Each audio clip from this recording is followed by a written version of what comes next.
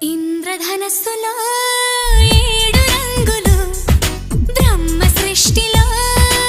ఏడు వింతలు, నింగి నేల ఓ అద్భుతం, నీరు గాలి ఓ అద్భుతం, స్వరాలు ఏడు సముద్రాలేడు, వెంకన్న ఉండే కొండలు ఏడు, పెళ్లితో వేసే అడుగులు